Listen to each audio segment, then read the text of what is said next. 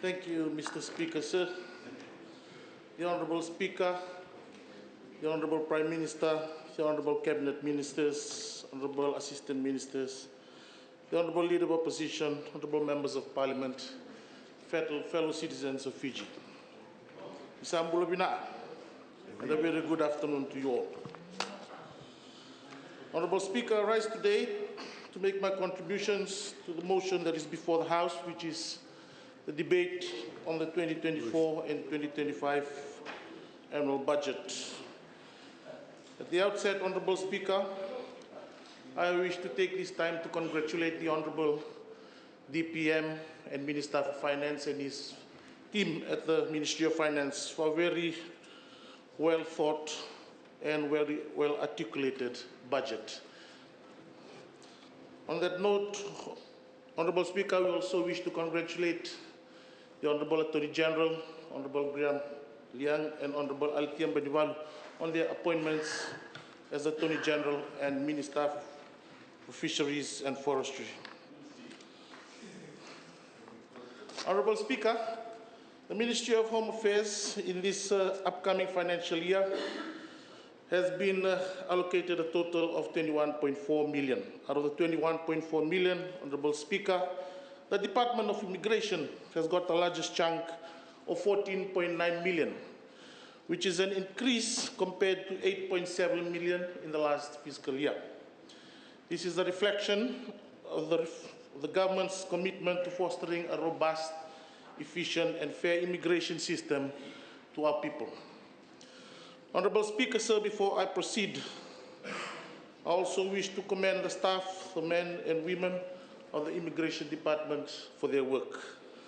The department manages the movement of people at our borders. Its key functions of sustaining border management and security are operationalized through the delivery of essential immigration services, including issuing visas and permits, travel documents, citizenship, and enforcing immigration laws and regulations.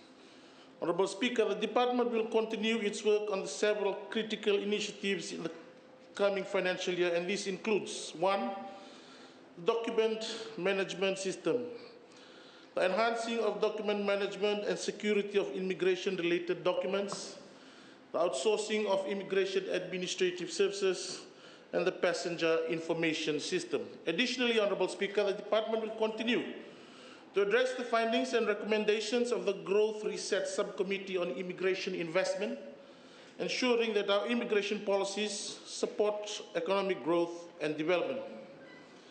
Honourable Speaker, sir, on investment in infrastructure and technology, the budget allocates substantial resource towards state-of-the-art infrastructure, which is crucial for ensuring the efficient processing of applications and the seamless movement of individuals across our borders.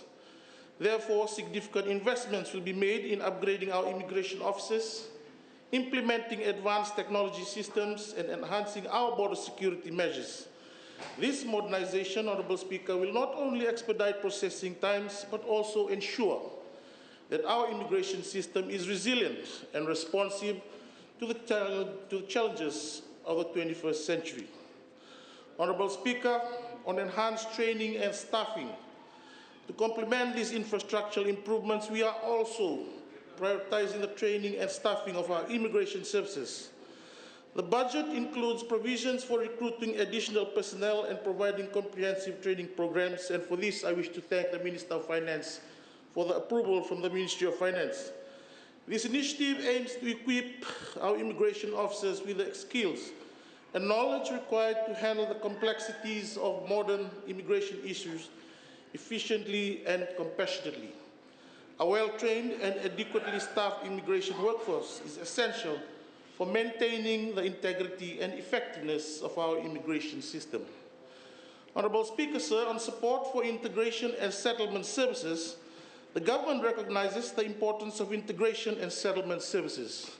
The budget allocates funds to support programs that assist new immigrants in adapting to life in our country.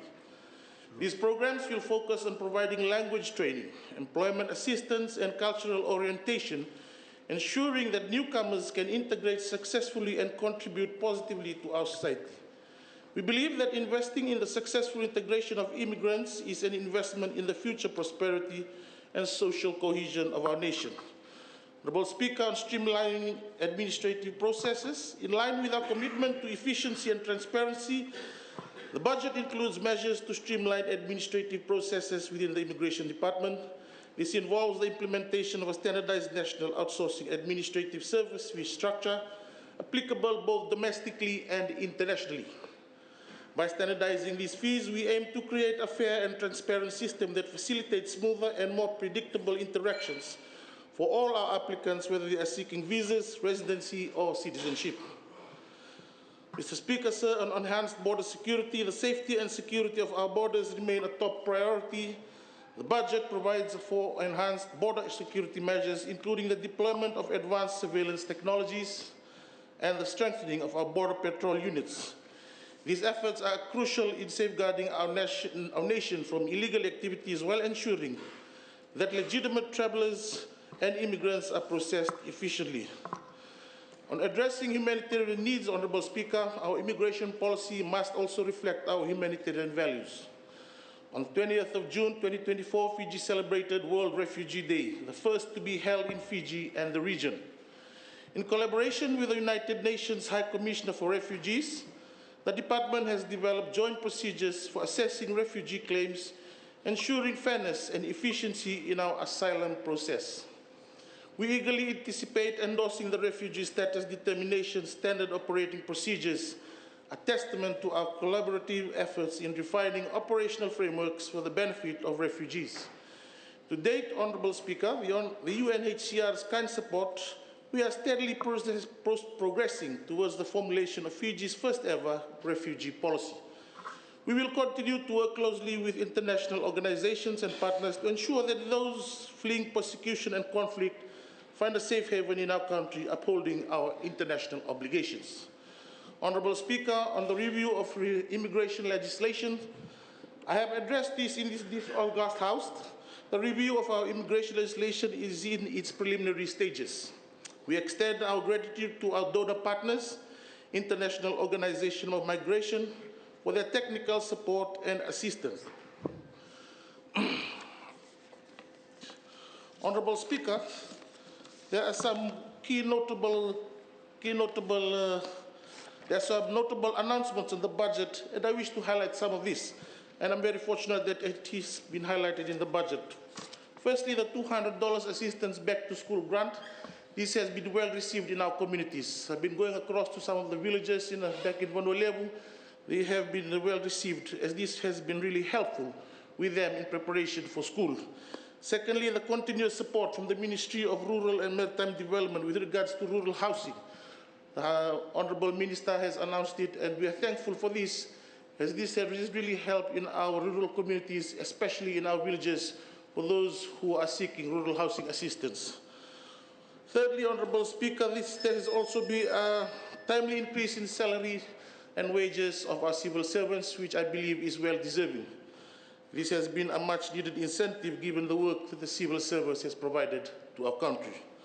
And lastly, Honourable Speaker, in terms of the energy and electricity sector, as announced by the Honourable Minister, a sum of $3 million is welcomed for the implementation of solar home system. And this is very welcomed in rural areas, especially in the villages in Vanuatu. So solar system is with the ministry.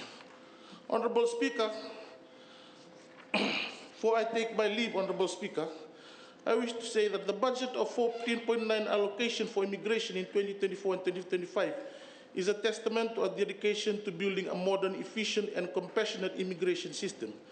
By investing in infrastructure, staffing, integration services and security measures, we are laying the groundwork for a system that not only meets the needs of today, but is also prepared for the challenges of tomorrow.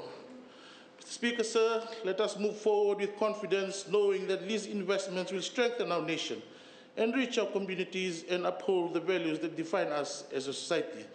Honourable Speaker, I support the budget, and I thank you for your indulgence. Pinawalewu.